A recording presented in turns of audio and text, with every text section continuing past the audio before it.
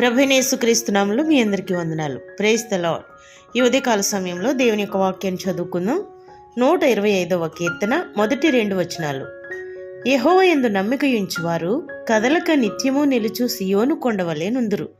యెరూషలేము చుట్టూ పర్వతములున్నట్లు యెహోవా ఇది మొదలుకొని నిత్యము తన ప్రజల చుట్టూ ఉండును. ఆమేన్.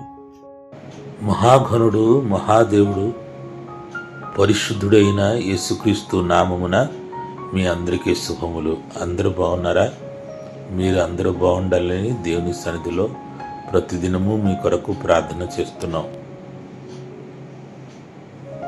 యెహోవా యందు నమ్మకుంచినవాడు కదలక నిత్యము నిలుచు సియోను కొండ వలె ఉండును. ఒక కొండ ఎంతో బలముగా ఉంటుంది. సియోను కొండ ఎల్లప్పుడూ స్థిరంగా ఉంటుంది అని నా అర్థముతో దేవుడు ఇక్కడ మాట్లాడుతున్నారు. సియోను కొండ ఎలాగా వర్షం వచ్చినా, గాలి వచ్చినా, తుఫాను వచ్చినా, ఏ పరిస్థితులైనా స్థిరంగా ఉంటుంది.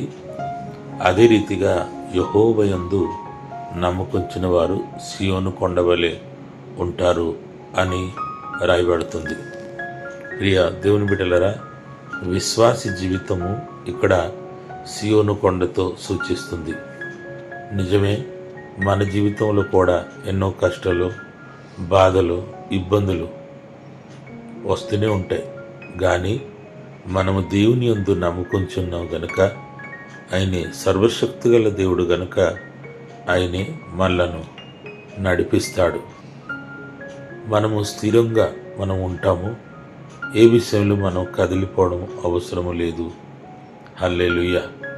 ప్రియ దేవుని బిడ్డలారా, మనము క్రీస్తు అను బండపైనే నిలబడి ఉన్నాము గనక మనం ఎప్పుడు కూడా స్థిరంగా ఉంటాము. అవును, మన పునాది ఎలాగుంటుందో ఇల్లు అలాగే స్ట్రాంగ్గా ఉంటుంది అని మనకు తెలుసు. అయితే మన పునాది ఆ బండ, ఏ బండ అయితే క్రీస్తు, ఆ క్రీస్తు బండ మీద మనము నిలబడి ఉన్నాం, మనము నివాసం చేస్తున్నాం. ఆ క్రీస్తు బండ మీద మనము ఆధారపడుతున్నాము, నమ్మకంచున్నాం. అందుకు మనం ఏమాత్రం భయపడ్డము అక్కర్లేదు. ఎటువంటి పరిస్థితులైనా మనము కదలకుండా స్థిరంగా ఉంటాము అని చెప్పి దేవుడు ఈరోజు మాట్లాడుతున్నారు. హల్లెలూయా. అలాగే యెరూషలేము చుట్టూ పర్వతాలు ఉన్నట్లు మన చుట్టూ కూడా దేవుడు ఉంటారు. ఆయన కంచిగా మన చుట్టూ ఉంటారు. Praise the Lord. ఎవరైనా యెరూషలేముతో యుద్ధం చేయాలంటే వారు పర్వతాలు దాటి రావాలి, తర్వాత యుద్ధం చేయగలరు.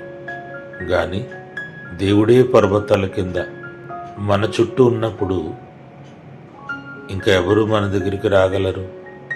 అందుకు ఏ శత్రువుల కోసం మనం భయపడ్డము అవసరం లేదు. కుడివైపుకు 1000 మంది, ఎడమ వైపుకు 10,000 మంది కూలినను మనము ఏ అపాయమునకు భయపడము అన్న వాక్యము జ్ఞాపకం చేద్దాం. నిజమే, ఆయన మనకు తోడుగా ఉన్నారు. హల్లెలూయా. అయితే ఈరోజు ప్రశ్న, సహోదరి సహోదరుడా, సంపూర్ణంగా దేవుని మీద నమ్మకంచున్నావా? లేకపోతే కొంత దేవుని మీద నమ్మకము, కొంత మన శక్తి బలం మీద నమ్మకం, కొంత దేవుని మీద నమ్మకము, కొంత మనం ఉద్యోగం మీద నమ్మకం, కొంత దేవుని మీద నమ్మకము, కొంత మన పిల్లల మీద లేక తల్లిదండ్రి మీద నమ్మకము. ఎలాగుంటున్నాము? ఇటు అటు నమ్మకంచుతున్నామా?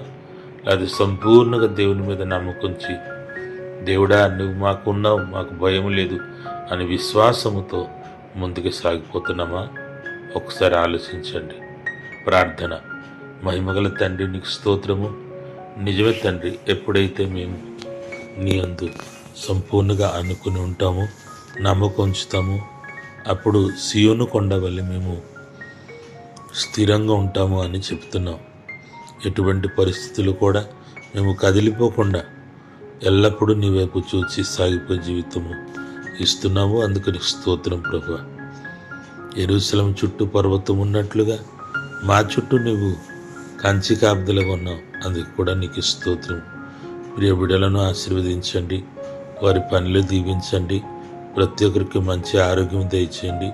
వారు చేస్తున్న ఉద్యోగము, బిజినెస్ అన్ని విషయాలు కూడా సహాయం చేసి ఉన్న స్థితి దయచేయమని యేసు పుణ్యనామములో అడుగుచున్నాము తండ్రి. ఆమేన్.